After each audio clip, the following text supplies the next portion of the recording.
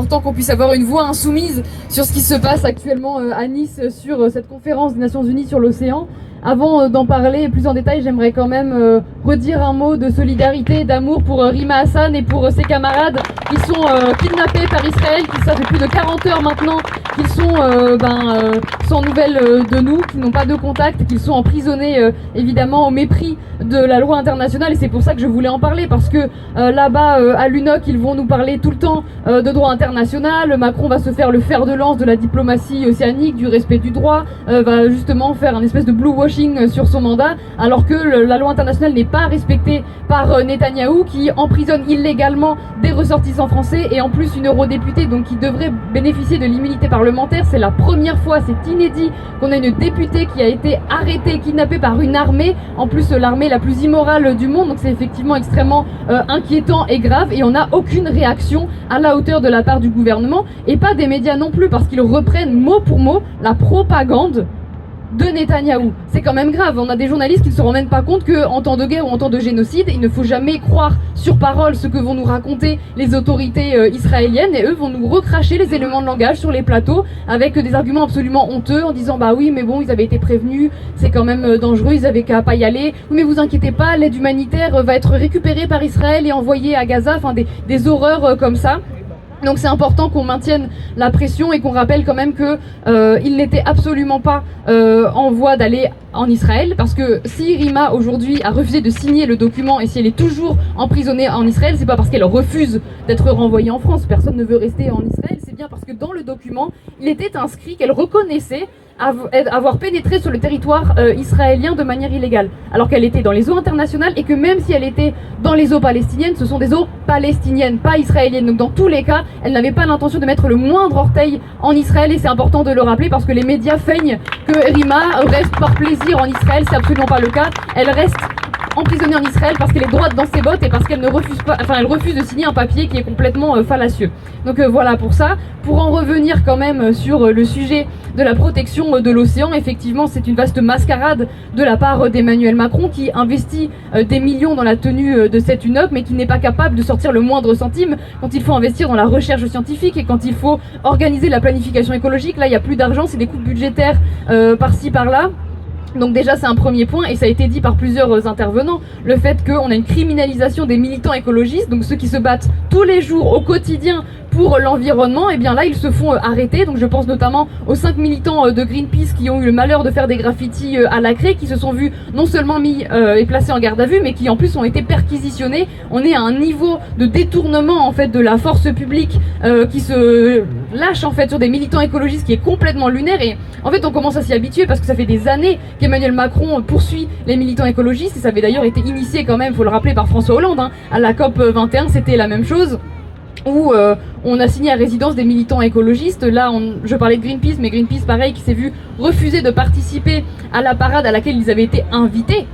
Et ils ont été interdits de parade. Pourquoi ? Parce qu'ils ont protesté en mettant des cailloux dans une aire marine protégée pour protester contre le chalutage de fond. Donc en fait, ils ont juste rappelé une évidence, une réalité, qui est que les aires marines protégées en France ne sont protégées de rien. Ce sont des aires marines protégées de papier, parce qu'on appelle ça une protection à la française.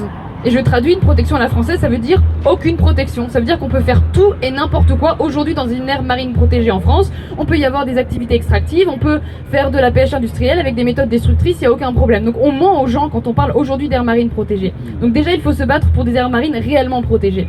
Une autre mesure qui est mise en avant par Emmanuel Macron, c'est le moratoire sur l'exploitation minière des fonds marins, qui est présenté comme une grande annonce, comme une grande nouvelle. Il nous l'a annoncé notamment sur TF1 pendant ses 3 heures de discours, mais en fait, il l'avait déjà annoncé en 2022. Donc il fait juste du recyclage, c'est le seul truc écolo chez lui, c'est qu'il ressort ses mesures en les présentant comme une grande nouveauté, comme une grande avancée, alors qu'en fait ça fait 2 ans qu'il nous l'a annoncé, donc c'est bien, mais maintenant il serait temps d'aller un peu plus loin et de proposer autre chose.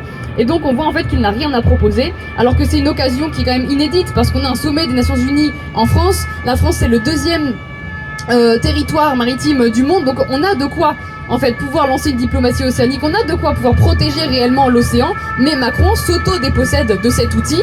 Il choisit justement l'impuissance, la lâcheté, et au contraire ils vont juste pavaner avec ce moratoire sur l'exploitation minière des fonds marins pour en fait ne pas parler de tous les autres sujets.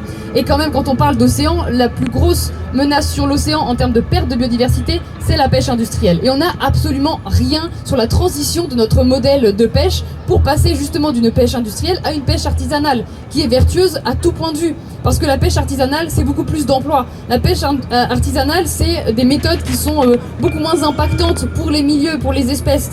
Donc c'est quelque chose qui est vertueux, qui fait vivre aussi toute une partie de l'économie locale sur les côtes, mais Macron ne veut pas aider les petits pêcheurs. Dans les discours, on peut dire « Ah, le petit pêcheur, c'est quelqu'un de bien », mais dans les faits, on ne donne pas de quota de pêche à la petite pêche, on donne tout aux industriels. En fait, c'est la même logique que dans l'agriculture, c'est qu'on donne tout au gros, rien au petit, et il n'annonce absolument rien pour changer ce rapport des forces et pour aider enfin les petits pêcheurs. Donc aujourd'hui, on voit que plus personne ne veut faire de la pêche parce qu'en fait, il n'y a plus de quotas, parce qu'en fait, ils ne sont pas aidés et qu'ils voient que leur métier va disparaître au profit de navires-usines qui défoncent tout dans l'océan et qui ne bénéficient absolument pas à l'économie locale. Parce que quand on regarde par exemple le quota de pêche sur le thon, c'est une poignée d'industriels qui ont tous les quotas et qui envoient le poisson où ça ? Au Japon. Donc ça ne bénéficie même pas au marché local en France. Donc voilà pour cette question-là. Et sinon, nous, évidemment, on est là pour porter une autre voix pour l'océan. Alors on se rend bien compte que l'UNOX, c'est une mascarade. C'est comme à peu près tous les sommets internationaux. Ça va être beaucoup d'argent, beaucoup de frimes. Et puis en fait, dans les actes concrets, il n'y a plus rien. Donc on se doute que ça va être la même chose avec cette UNOC et on voit qu'il y a quand même un côté complètement décalé, tout est pompeux, on fait des rencontres dans des hôtels de luxe, enfin c'est extrêmement gênant quand on est insoumis de participer à ça et en même temps on se dit qu'on doit siéger pour apporter notre voix, pour apporter cette voie alternative pour l'océan et ça a été dit, l'océan ça a une dimension sociale aussi très forte. Aujourd'hui l'océan est un cimetière, c'est notamment le cas de la mer Méditerranée où c'est plus de 50 000 personnes qui ont perdu la vie due à la politique européenne. Parce qu'aujourd'hui, on est dans une Europe forteresse, où en fait, quand on discute au Parlement européen, c'est jamais comment accueillir dignement les personnes qui fuient la guerre, les personnes qui fuient la misère économique, c'est comment est-ce qu'on met des barbelés pour les empêcher de passer. Mais on ne les empêchera jamais de passer. Quand on fuit la mort, on fuit, c'est quoi qu'il arrive. Donc on peut mettre autant de murs qu'on veut, autant de barbelés qu'on veut, ça ne marchera pas et ce n'est pas souhaitable, parce qu'on doit les accueillir, ils font partie aussi de la richesse de l'humanité, c'est important de pouvoir les accueillir dignement.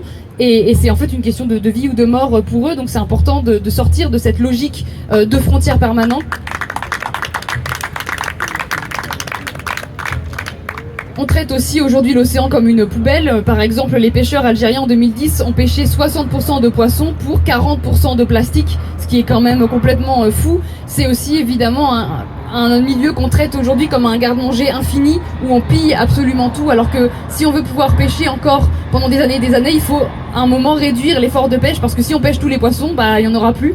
S'ils ne peuvent pas se reproduire, s'ils ne peuvent pas grandir, forcément on aura un océan mort, et un océan mort, c'est un océan qui ne peut pas rendre les services écosystémiques qu'il rend aujourd'hui. Parce que l'océan, c'est une respiration sur deux, grâce au phytoplancton. L'océan, c'est un immense puits de carbone. Donc on dépend littéralement de la bonne santé de l'océan pour que les vies humaines puissent se maintenir sur Terre. L'océan, c'est 3,5 milliards de personnes qui dépendent quotidiennement de ces ressources.